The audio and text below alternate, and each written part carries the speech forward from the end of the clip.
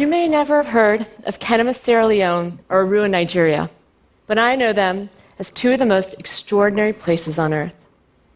In hospitals there's a community of nurses, physicians, and scientists that have been quietly battling one of the deadliest threats to humanity for years, Lassa virus.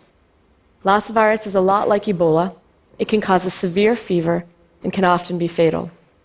But these individuals, they risk their lives every day to protect the individuals in their communities, and by doing so, protect us all.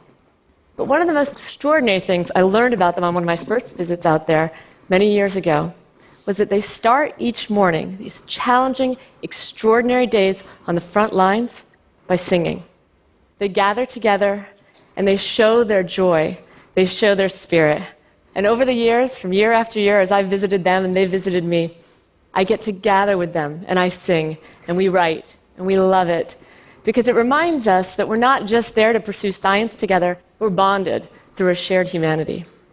And that, of course, as you can imagine, becomes extremely important, even essential, as things begin to change. And that changed a great deal in March of 2014 when the Ebola outbreak was declared in Guinea.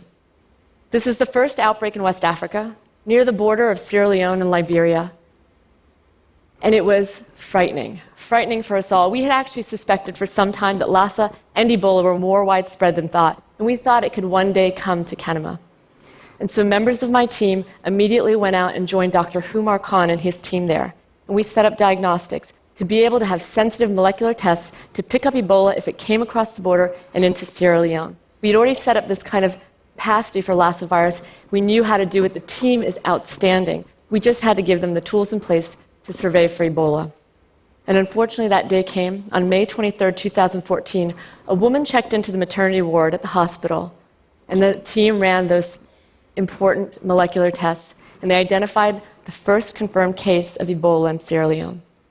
This was an exceptional work that was done. They were able to diagnose the case immediately, to safely treat the patient, and to begin to do contact tracing to follow what was going on. It could have stopped something. But by the time that day came, the outbreak had already been breeding for months. With hundreds of cases, it had already eclipsed all previous outbreaks. And it came into Sierra Leone not as that singular case, but as a tidal wave. We had to work with the international community, with the Ministry of Health, with Kenema, to begin to deal with the cases, as the next week brought 31, then 92, then 147 cases, all coming to Kenema, one of the only places in Sierra Leone that could deal with this. And we worked around the clock, trying to do everything we could, trying to help the individuals, trying to get attention. But we also did one other simple thing.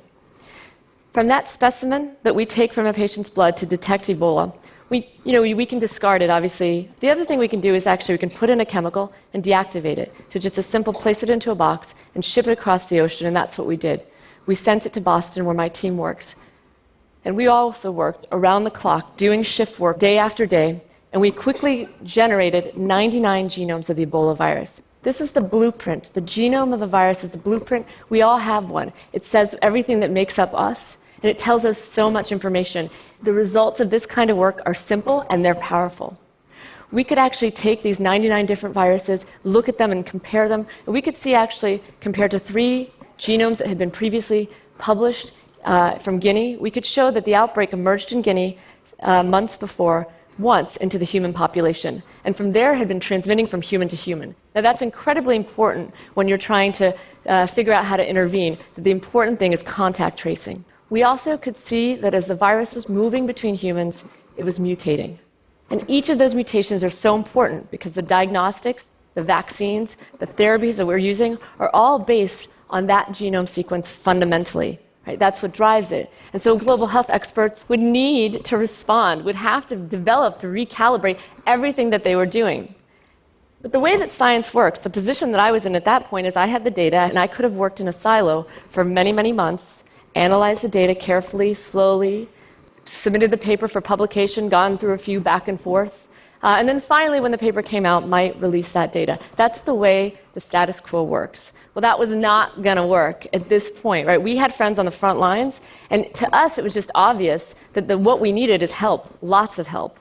So the first thing we did is, as soon as the sequences came off of the machines, we published it to the web.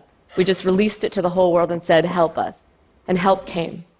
Before we knew it, we were being contacted from people all over, sort of surprised to see the data out there and released. Some of the greatest viral trackers in the world were suddenly part of our community. We were working together in this virtual way, sharing regular calls, communications, trying to follow the virus minute by minute to see ways that we could stop it. And there are so many ways that we can form communities like that, right? Everybody, particularly when the outbreak started to expand globally, was reaching out to learn, to participate, to engage. Right? Everybody wants to play a part. The amount of human capacity out there is just amazing, and the internet connects us all. And could you imagine that instead of being frightened of each other, that we all just said, let's do this, let's work together, and let's make this happen? But the problem is that the data that all of us are using, Googling on the web, is just too limited to do what we need to do. And so many opportunities get missed when that happens. So in the early part of the epidemic from Kenema, we had 106 clinical records from patients. And we once again made that publicly available to the world. And in our own lab, we could show that you could take those 106 records, we could train computers to predict the prognosis for Ebola patients to near 100% accuracy. And we made an app that could release that to make that available to healthcare workers in the field. But 106 is just not enough, right, to make it powerful, to validate it. So we were waiting for more data to release that. And the data has still not come. We are still waiting, tweaking away in silos, rather than working together. And we can't accept that, right? All of you cannot accept that. It's our lives on the lines, and in fact, actually, many lives were lost. Many healthcare workers, including beloved colleagues of mine, 5 colleagues, Balu Foni, Alex Moigboy, Dr. Humar Khan, Alice Kovola, and Mohammed Fula. These are just 5 of many healthcare workers at Kenema and beyond that died while the world waited and while we all worked quietly and separately. See, Ebola, like all threats to humanity, it's fueled by mistrust and distraction and division. When we build barriers amongst ourselves, when we fight amongst ourselves, the virus thrives. But unlike all threats to humanity, right, Ebola's one, we're actually all the same. We're all in this fight together. Ebola on one person's doorstep could soon be on ours. And so, in this place with the same vulnerabilities, the same strengths, the same fears, the same hopes, I hope that we work together with joy. A graduate student of mine was reading a book about Sierra Leone, and she discovered that the word Kenema, the hospital that we work at, the city where we work in Sierra Leone, is named after the Mende word for clear like a river, translucent, and open to the public gaze. And that was really profound for us because without knowing it, we'd always felt that in order to honor the individuals in Kenema where we worked, we had to work openly. We had to share and we had to work together. And we have to do that. We all have to demand that of ourselves and others, to be open to each other when an outbreak happens, to fight in this fight together. Because this is not the first outbreak of Ebola. It will not be the last. And there are many other microbes out there that are lying in wait, like Lassa virus and others. And the next time this happens, it could happen in a city of millions. It could start there. It could be something that's transmitted through the air. It could even be disseminated intentionally. And so I know that that is frightening. I understand that. But I know also, and this experience shows us, that we have the technology and we have the capacity to win this thing, to win this and have the upper hand over viruses. But we can only do it if we do it together and we do it with joy.